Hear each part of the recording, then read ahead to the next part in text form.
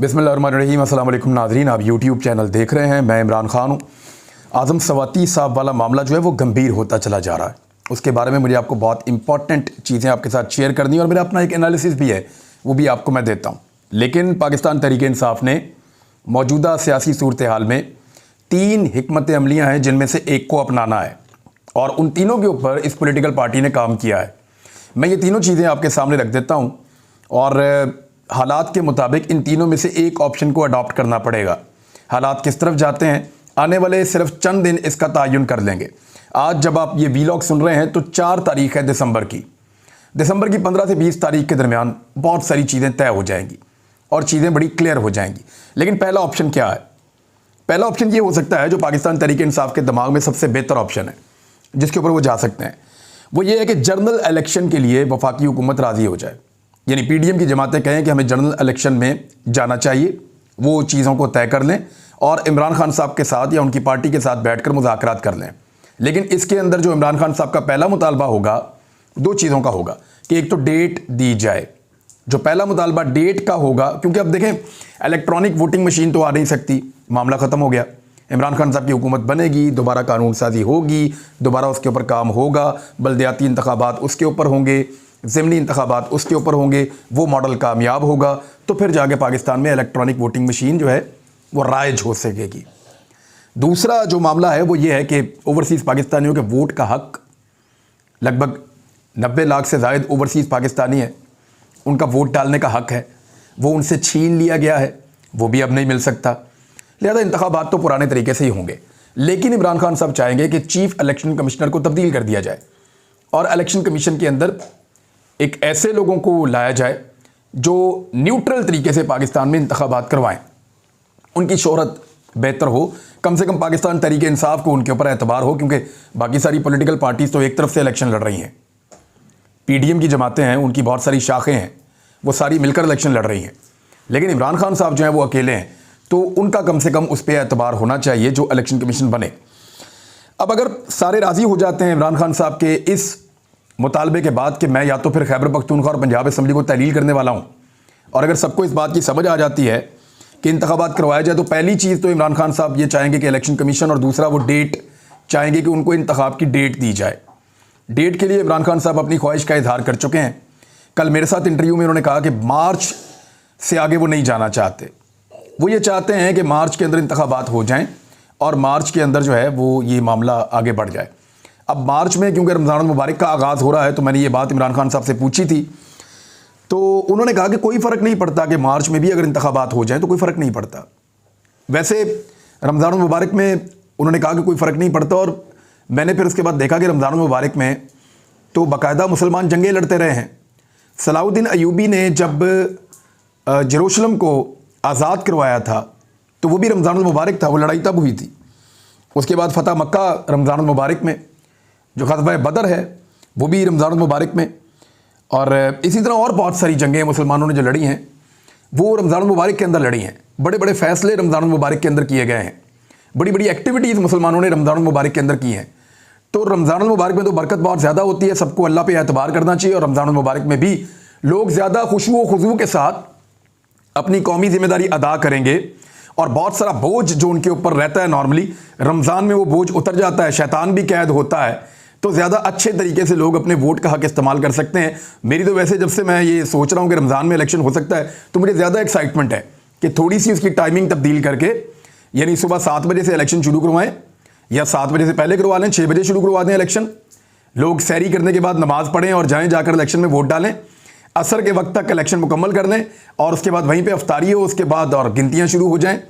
तो रमज़ान मुबारक के अंदर भी एक बड़ा पाकिस्तान रमज़ान मुबारक में बना था, आपको याद है? तो अल्लाह ताला ने कितनी बड़ी कामयाबी मुसलमानों को रमज़ान मुबारक में दी थी, और पाकिस्तान की तहरीक भी रमज़ान मुबारक में चल रही थी। बहरहाल ये इमरान खान साहब का कहना है मार्च। किसी भी सूरत इमरान खान साहब नहीं चाहेंगे कि मौजूदा जो इम्पोर्टेड हुकूमत है ये बजट पेश करे। तो एक तो उनके दिमाग में ये ऑप्शन है कि हर हाल में पूरा पाकिस्तान इलेक्शन में चला जाए, और उस सूरत में इमरान खान साहब ने एक हिकमत अमली बनाई है कि वो अब सिंध में जा रहे हैं। सिंध में जाने की उनकी वजह यह है कि पहले तो वो शाह महमूद कुरैशी साहब को भेज रहे हैं 1 जनवरी से, और उनकी एक टीम बनाई है जो लोग जाएंगे सिंध में। और इमरान खान साहब कई दफ़ा कहते हैं कि मैं सिंध को माफिया से निजात दिलाऊंगा, सिंध की क़यादत को शाह महमूद कुरैशी साहब के साथ इकट्ठा किया है। इंटीरियर सिंध और बेशतर इलाके शाह महमूद कुरैशी साहब देखेंगे। शहरी इलाकों के लिए भी टीमें बन रही हैं। बड़ी तेज़ी से सिंध के अंदर तंजीम साजी की जाएगी, क्योंकि सैलाब के बाद बिलावल ने वहाँ घुसने की जहमत नहीं की। उन इलाकों में जहाँ पर रियली सैलाब आया है, जाली कैंप बना के अपने वर्कर बिठा के वहाँ पर बिलावल जाते रहे हैं, मुराद अली शाह जाते रहे हैं। लेकिन सिंध के अवाम जो हैं वो बिलावल को और मुराद अली शाह को ढूंढ रहे हैं, और वो ढूंढ कर उनको खराज तहसीन देना चाहते हैं, पेश करना चाहते हैं कि जनाब आप हमारे हुक्मरान हैं, हम डूब गए, आपने डुबो दिया हमें, प्रैक्टिकली आपने डुबोया हमें, हम खुद नहीं डूबे। आप दादू में चले जाएं, जाके किसी से भी पूछें, वज़ीर आला सिंध का ज़िला है, किसी से पूछें, वो कहेगा हम डूबे नहीं हैं, हमें डुबोया गया है। वो ये दावा करते हैं। आप उनसे मिलकर देखें, हुकूमत ने उनको पूछा भी नहीं मुड़ के। तो इस सूरत हाल में सिंध के अंदर पाकिस्तान तहरीक-ए-इंसाफ बर वक्त दाखिल हो रही है। इमरान खान साहब 15 तारीख तक अपनी टीम को वहाँ मुतहरिक करेंगे, और 15 जनवरी से लेकर फिर जनवरी के इख्तिताम तक इमरान खान साहब खुद सिंध में जाएंगे और वहाँ पे काम करेंगे, और सिंध के अंदर अपनी सीटों में इजाफा करने की कोशिश करेंगे। आसिफ अली जरदारी को इंटीरियर सिंध में कमज़ोर करने की कोशिश करेंगे। तब तक इमरान खान साहब का पाँव भी ठीक हो जाएगा। अब जब कल मेरी उनसे मुलाकात हुई, मैंने देखा तो उनका दायां पाँव सूजा हुआ था। ना सिर्फ सूजा हुआ था, बल्कि वो तकलीफ़ महसूस कर रहे थे, उनके लिए चलना भी मुश्किल है।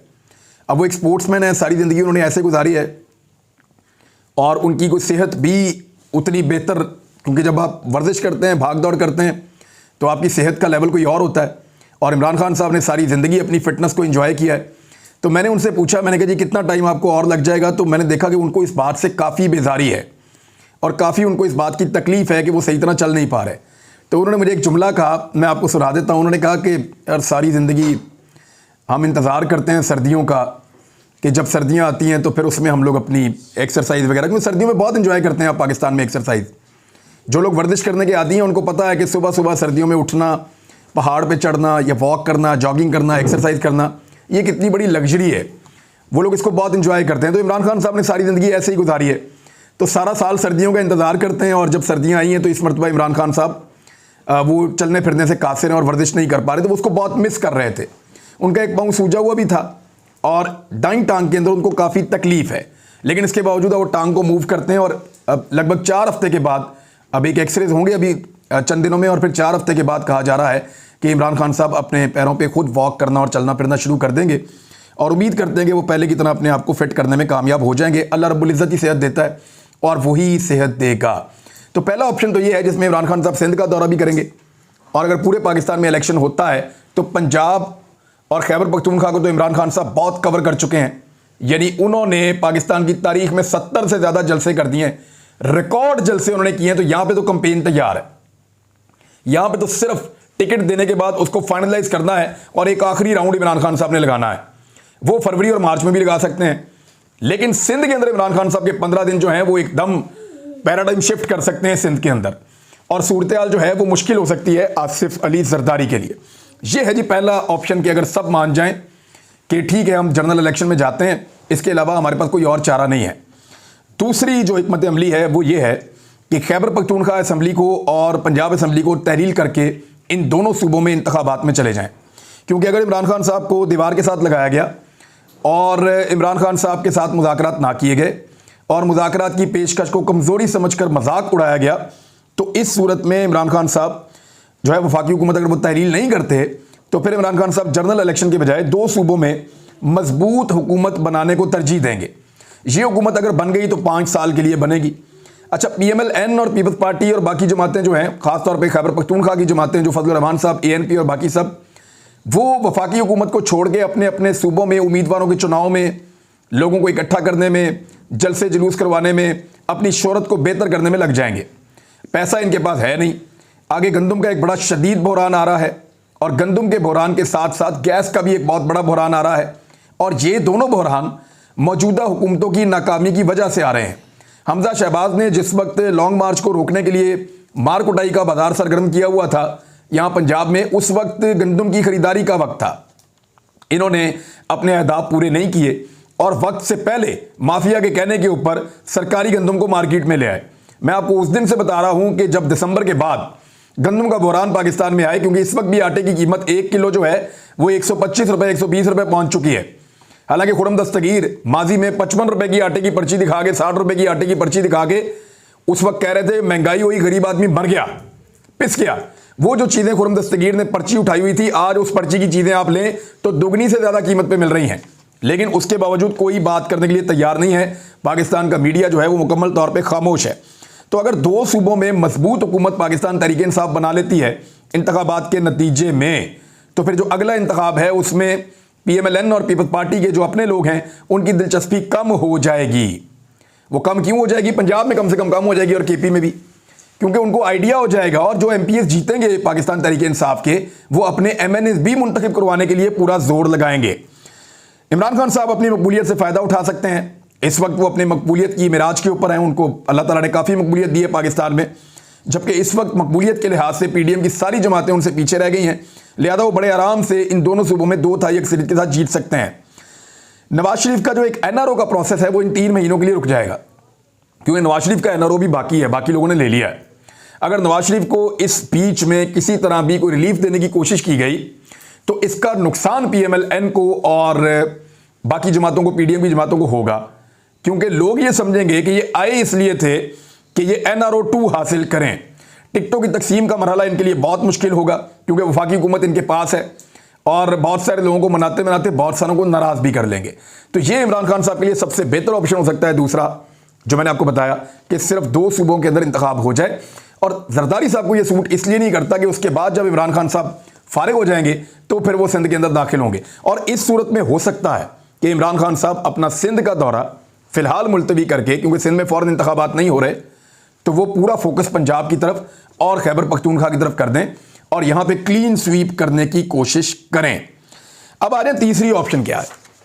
तीसरा ऑप्शन ये है कि मुमकिन है कि ये सारी चीज़ें ना होने दी जाएं, यानी अगर एस्टेब्लिशमेंट अपनी गुज़िश्ता 8 महीने की पॉलिसी को जारी रखती है, 8-10 महीने की जो उनकी पॉलिसी है, जो जनरल बाजवा साहब ने बनाई थी इमरान खान साहब के बकौल, अगर एस्टेब्लिशमेंट अपने आप को उन पॉलिसियों से अलग करती है तो पहली 2 सिचुएशंस होंगी।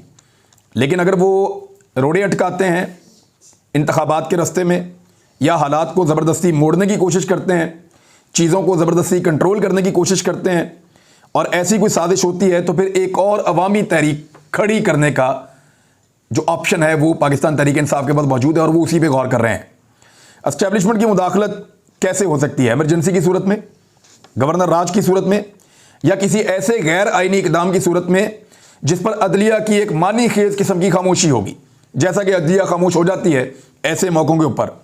जबकि परवेज इलाही अगर पैंतरा बदल जाते हैं तो ये एक अलग गेम होगी जो एस्टेब्लिशमेंट की जानिब से होगी, क्योंकि PDM की जमातों के साथ जाने की गलती परवेज इलाही कभी नहीं करेंगे। हाँ, एस्टेब्लिशमेंट के दबाव के ऊपर अगर उनको मजबूर किया गया, ब्लैकमेल किया गया, उनके केसेस दिखाकर, उनके रिकॉर्ड दिखाकर, उनकी चीज़ें दिखाकर, तो ये एक मुश्किल पैदा हो जाएगी। अब एक तो ये मैंने आपको बता दिया। दूसरा, इंतखाबात की तैयारी जो है वो बहुत तेज़ी से, जहाँ इलेक्शन कमीशन कर रहा है वहीं बहुत तेज़ी से इमरान खान साहब ने हुक्म जारी कर दिया अपने तमाम लोगों को कि हलकों में जाएं, क्योंकि कुछ लोगों को पता है कि उन्होंने इलेक्शन लड़ना है। ख़ासतौर पे वो MNAs जिन MNAs ने इमरान खान का साथ नहीं छोड़ा और इस्तीफे जमा करवाए, वो 20 के करीब तो लौटे हैं ना, वो तो चले गए, राजा रियाज वगैरह, नूर आलम खान वगैरह और बाकी लोग।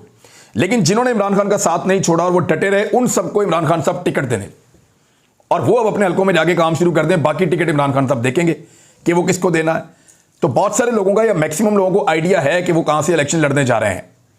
फिर इसी तरह बहुत सारे MPs को भी आइडिया है कि वो कहां से इलेक्शन लड़ने जा रहे हैं।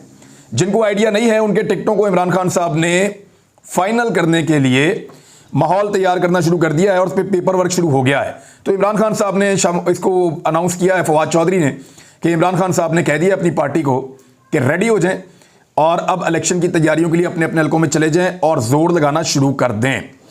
आजम सवाती साहब वाले मामले का मैंने आपको पहले भी कहा था कि ये गले पड़ता जा रहा है। ये एक बहुत बड़ा चैलेंज बन गया है पाकिस्तान की एस्टेब्लिशमेंट और पाकिस्तान की अदलिया के लिए।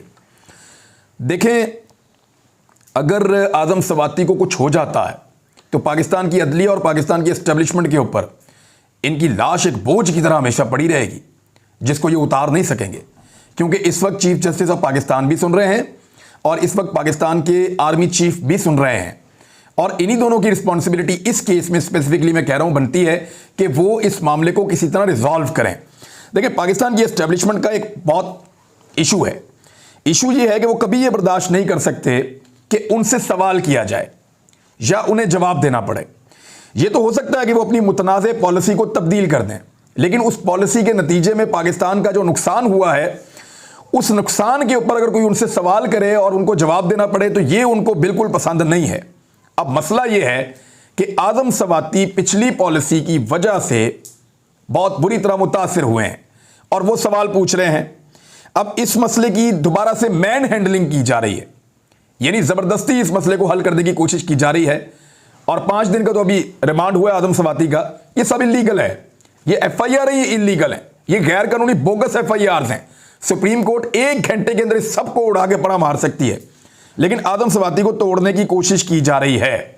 अब इसमें मुझे ऐसा लगता है कि जो भी लोग इसको हैंडल कर रहे हैं, ताकतवर हल्के, उनको 1 कदम पीछे हटना पड़ेगा। लेकिन आप सोचें वो 1 कदम पीछे क्यों नहीं हट रहे? इस सवाल का जवाब मैं बड़ी देर से तलाश कर रहा था। मैंने बहुत सारे लोगों से बात की, तो जो समझ आई है और जो चीज़ सामने आई है मेरी दानिश में मैं आपके सामने रख देता हूं। ये जो मसला है ना, ये मसला है खौफ का। कुछ ताकतें जो हैं वो खौफ के साथ रूल करती हैं, खौफ फैलाकर लोगों को कंट्रोल करती हैं। खौफ कौन सा? दंगे होने का खौफ, तशद्दुद होने का खौफ, प्राइवेट वीडियोस जो हैं वो बाहर निकलने का खौफ, कारोबार और नौकरी के छिन जाने का खौफ, अपने प्यारों के तहफ़्फ़ुज़ का खौफ। अगर ये खौफ ख़त्म हो जाए तो फिर जो पुराना खेल पाकिस्तान में 70 साल से खेला जा रहा है वो खेल रुक जाएगा और ये खेल फिर दोबारा नहीं खेला जा सकेगा। कुछ लोगों को ये भी खौफ होता है कि वो करप्शन में पकड़े जाएंगे, उनकी जो करप्शन है उसका रिकॉर्ड मौजूद है उसमें पकड़े जाएंगे। तो मेरे ख्याल में करप्शन का खौफ फैलाने की बजाय पाकिस्तान में रूल ऑफ लॉ अगर कायम किया जाता तो ये करप्शन ही ना होती। तो रूल ऑफ लॉ इसलिए कायम नहीं किया गया कि लोग गलतियां करें, करप्शन करें, उनका रिकॉर्ड अपने पास रखा जाए, फिर वो रिकॉर्ड दिखा दिखाकर उनको ब्लैकमेल करके उनको इस खौफ से मजबूर किया जाए कि हमारे मुताबिक चलो। तो मुख्तलिफ लोगों के लिए मुख्तलिफ किस्म का खौफ क्रिएट किया गया है। इस मरतबा प्रॉब्लम यह हो रहा है कि नंगे होने का खौफ, तशद्दुद का खौफ, गिरफ्तारी का खौफ, मर जाने का खौफ, ये खौफ लोग उतार रहे हैं। अगर आज़म सवाती इस मामले में सुरखरू हो जाता है तो फिर ये खौफ काफ़ी हद तक टूट जाएगा। मामला उस खौफ को बरकरार रखने का है और ये खौफ बहुत काम का है। गोरे ने भी बड़े सगीर में बहुत कम तादाद होने के बावजूद इसी खौफ के साथ हुक्मरानी की थी। अब तक के लिए इतना ही। अपना ख्याल रखिएगा, अपने इस चैनल का भी। अल्लाह हाफ़िज़।